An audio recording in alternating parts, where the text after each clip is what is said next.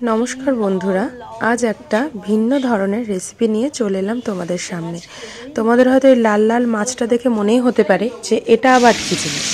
এটা হলো কুচে মাছ।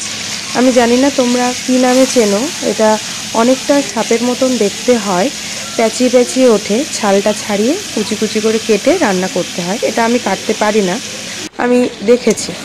তো আগের দিন বাড়ির পাশে এসেছিল একটা বউ নিয়ে, তো আমাদের নেওয়া হয়েছে কুচে মাছ দুটো। সেটাই আজকে রান্না করব পুরো মাংসের মতন করে।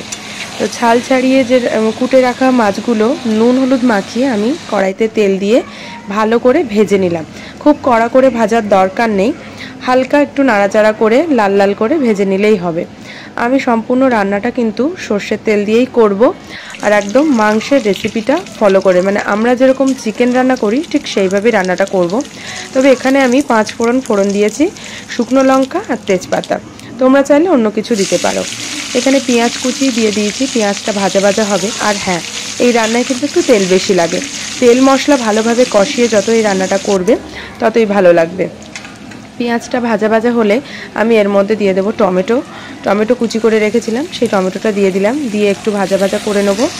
তোমরা অনেকেই খেয়েছো হয়তো, বা অনেকে জানোই না, তবুও মনে হলো যে আজকে রেসিপিটা তোমাদের সঙ্গে শেয়ার করি।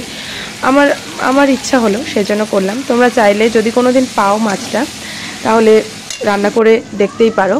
আমি এর মধ্যে আদা রসুন পেস্ট করে রেখেছিলাম, সেটা দিয়ে দিলাম। দিয়ে একটু নাড়াচাড়া হয়ে ভাজা ভাজা কাঁচা গন্ধটা চলে গেলে আমি এর মধ্যে হলুদ দিয়ে দিলাম, আর দিয়ে দিলাম লঙ্কা গুঁড়ো আর হলুদ গুঁড়ো যখন একসাথে দেবে, দিয়ে যখন তেলে কষাবে, তখন দেখবে কালারটা খুব সুন্দর আসে। এরপর আমি এর মধ্যে দিয়ে দেবো যে আদা রসুন বেটে মিক্সির বাটিটা ছিল, তার মধ্যে একটু হালকা গরম জল দিয়ে আমি জিরে মরিচ গুঁড়োটা গুলে আমি কষাতে দিলাম। কষে আসবে, তার জন্য কমিয়ে দিয়ে একটু ঢাকা দিয়ে দেব, যাতে মশলাটা কষাও হয় আর ওপরে তেলটা ছেড়ে দেয়। দেখো, আমি 2 মিনিটের জন্য ঢাকা চাপা দিয়ে দিয়েছিলাম। দিয়ে দেখো তেলটা কি সুন্দর ছেড়ে দিয়েছে, আর আমার মশলাটা পুরো কষে গেছে। আরেকটা জিনিস আমি তোমাদের দেখাতে ভুলে গেছিলাম, সেটা হচ্ছে আমি মাংসের মতন করে আলু কেটে নুন হলুদ দিয়ে ভালো করে কড়া করে ভেজে রেখেছিলাম, সেটা আমি দেখাইনি। তো সেই আলুগুলোই আমি এর মধ্যে ঢেলে দিলাম। দিয়ে আলুটা একটু কষিয়ে নেবো।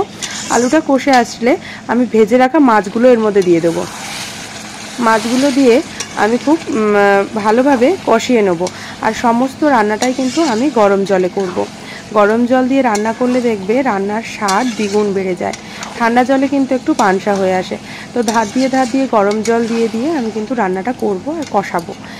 কষিয়ে যে তেলটা উঠবে, তবেই রান্নাটা খেতে সুন্দর লাগবে। আমি অবশ্যই মাছটা খাই না, কিন্তু আমার বাড়ির যারা খেয়েছিল প্রত্যেকে নাম করেছে, সবারই নাকি মাটনের মতন লেগেছে রান্নাটা, মানে গ্রেভিটা, রান্নাটা। তবে এই মাছটা খুব টেস্ট হয়, খুবই উপকার, রক্তওয়ালা মাছ এটা।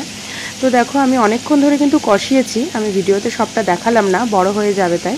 আর ধার দিয়ে কিন্তু আমি গরম জল দিয়ে দিলাম।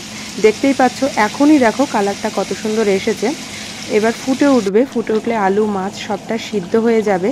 তার জন্য আমি একটু ঢেকে ঢেকে রান্না করব। ঢেকে রান্না করলে রান্নার টেস্টটা অনেকটাই বাড়ে, তেলটাও ছেড়ে দেয়। গ্রেভিটা দেখো আমার ঘন হয়ে গেছে। আমি এর মধ্যে দিয়ে দেবো মিট মশলা। আমি যেহেতু তোমাদের বলেছি যে মাংসের মতন করে কিন্তু আমি রান্নাটা করছি, সেই জন্য এর মধ্যে আমি মিট মশলা দিয়ে দেবো। এরপরে দিয়ে দেবো গরম মশলা। মিট মশলা দিয়ে আমি একটু নাড়িয়ে চাড়িয়ে নিয়ে দেখছি যে কতটা ঝোল রাখলে হয়, কতটা কমালে হয়। আমি কিন্তু খুব বেশি পাতলা ঝোল রাখিনি, একটু মাখা মাখা করেছিলাম, যাতে সবার হয়েও যায়, খেতেও টেস্টি হয়, দেখতেও ভালো লাগে। তোমরা চাইলে ট্রাই করতে পারো অবশ্যই, যারা এই মাছটা খাও, আর এইভাবে ট্রাই করো, আশা করি অনেকটা ভালো লাগবে। তো দেখো, আমি ঢাকা দিয়ে রান্না করার পরে গরম মশলা ছড়িয়ে দিয়েছি ওপর থেকে, মনে হয় বুঝতে পারছো। তো আজকে এই ছিল রেসিপি। অবশ্যই ট্রাই করো, ভালো লাগলে লাইক কমেন্ট শেয়ার করো।